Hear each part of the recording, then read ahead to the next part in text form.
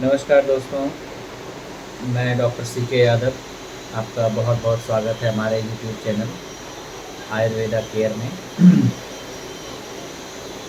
आज हम बात करने जा रहे हैं अर्थराइटिस के बारे में, जिसे गठिया भी कहा जाता है। ये दो तरीके का जनरली होता है, एक रूमेटॉइड अर्थराइटिस, एक ऑस्टियोआर्थराइटिस। तो हम पहले बात कर लेंगे ऑस्टियोआर्थराइटिस के बारे में। ऑस्टियोआर्थराइटिस एक्चुअली जो है ये टोटली आयुर्वेद में इसको वात रिलेटेड डिजीज़ में रखा गया है। ये टोटली वात प्रभावित डिजीज़ है। और रूमेटॉइड अर्थराइटिस जो है वो ऑटो इम्यून डिजीज़ है, जिसे आम बात कहते हैं। और ऑस्टियोआर्थराइटिस को संधि बात कहते हैं। दोनों जनरली लोग कहते हैं कि घुटने में दर्द है, उंगलियों में दर्द है, एंकल जॉइंट में दर्द है, तो हम लोग समझ जाते हैं कि ये अर्थराइटिस है। और उसकी जो ट्रीटमेंट होती है आयुर्वेद को छोड़ के बाकी किसी पैथी में, तो उसमें जनरल है, पेन रिलीफ के लिए पेन किलर दिया जाता है। स्वेलिंग है तो स्वेलिंग को कम करने के लिए जो मेडिसिन हैं वो दिए जाते हैं। लेकिन आयुर्वेद में इसका एक अलग कॉन्सेप्ट है। जैसे आप ये समझ लें कि जैसे ये ऑस्टियोआर्थराइटिस जिसको संधिवात बोलते हैं, इसमें जैसे मैंने पहले बताया कि ये टोटली वात प्रभावित बीमारी है। और जो रूमेटॉइड अर्थराइटिस है वो आम वात, इसे आम वात कहा गया। आम और वात दोनों मिल करके इसमें दोनों कल्प्रिट होते हैं, आम और वात।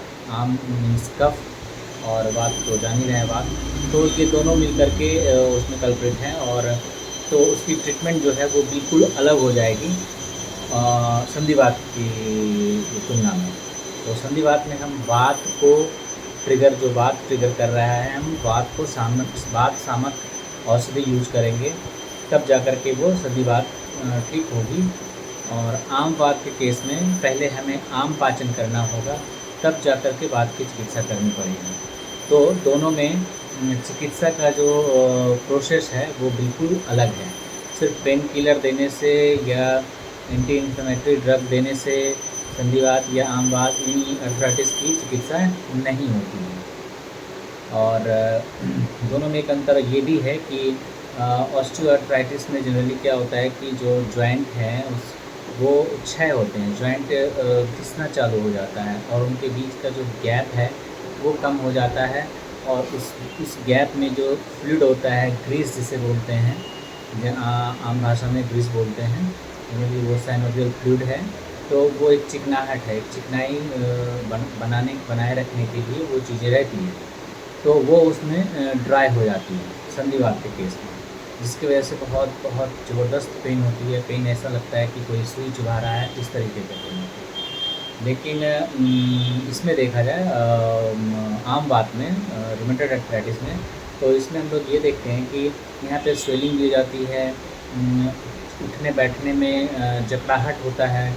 अगर आप सुबह जब उठेंगे तो उस वक्त दर्द ज़्यादा रहेगा, स्वेलिंग अगर होगा तो स्वेलिंग ज़्यादा रहेगा। और फिर जैसे आप चलते फिरते रहेंगे धीरे धीरे करके तो वो नॉर्मलाइज होता चला जाएगा। और साथ ही साथ उसमें ये होता है कि अगर आम बात को बहुत दिनों तक अनट्रीटेड रखा जाए तो जो जॉइंट हैं वो डिफॉर्म हो जाएंगे। आम बात जो है हमारे ये छोटे छोटे जो उंगलियों के जॉइंट है, इधर भी होता है, स्वेलिंग होता है, और कुछ दिनों के बाद देखेंगे कि ये टेढ़ा सा हो गया है। ठीक उसी तरीके से घुटने में भी वो स्वेलिंग आ जाएगा और बहुत पेन होगा।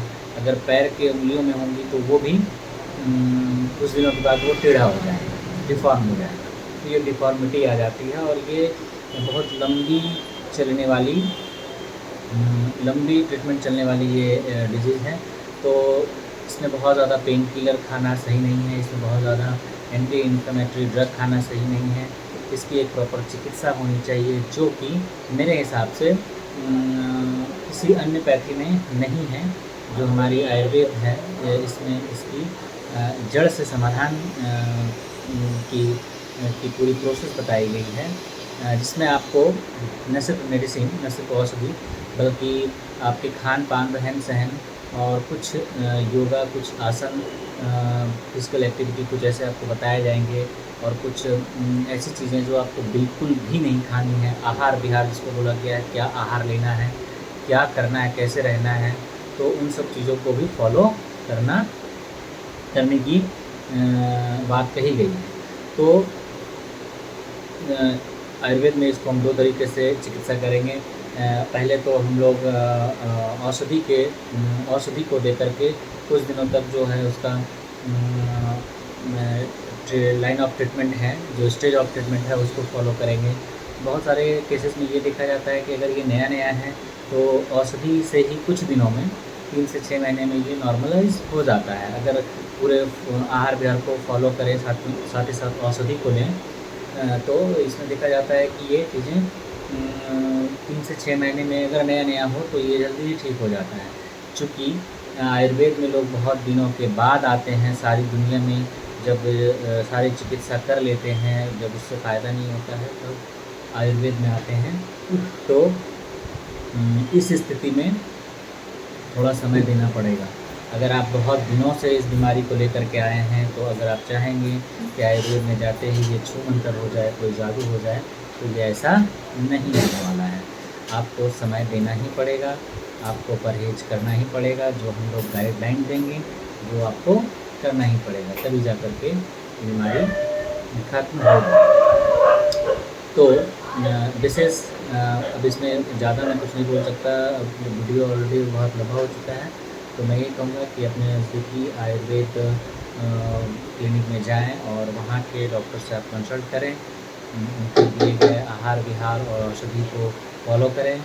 और अगर आप हमारे आसपास एरिया में हैं तो आप हमें कांटेक्ट कर सकते हैं, अदरवाइज़ ऑनलाइन कंसल्टेशन भी होता है, तो ऑनलाइन कंसल्टेशन के लिए आप हमारे नंबर पे कॉल कर सकते हैं।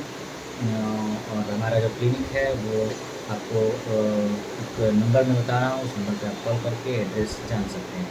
नंबर है 9163937124। आज के लिए इतना ही। धन्यवाद दोस्तों।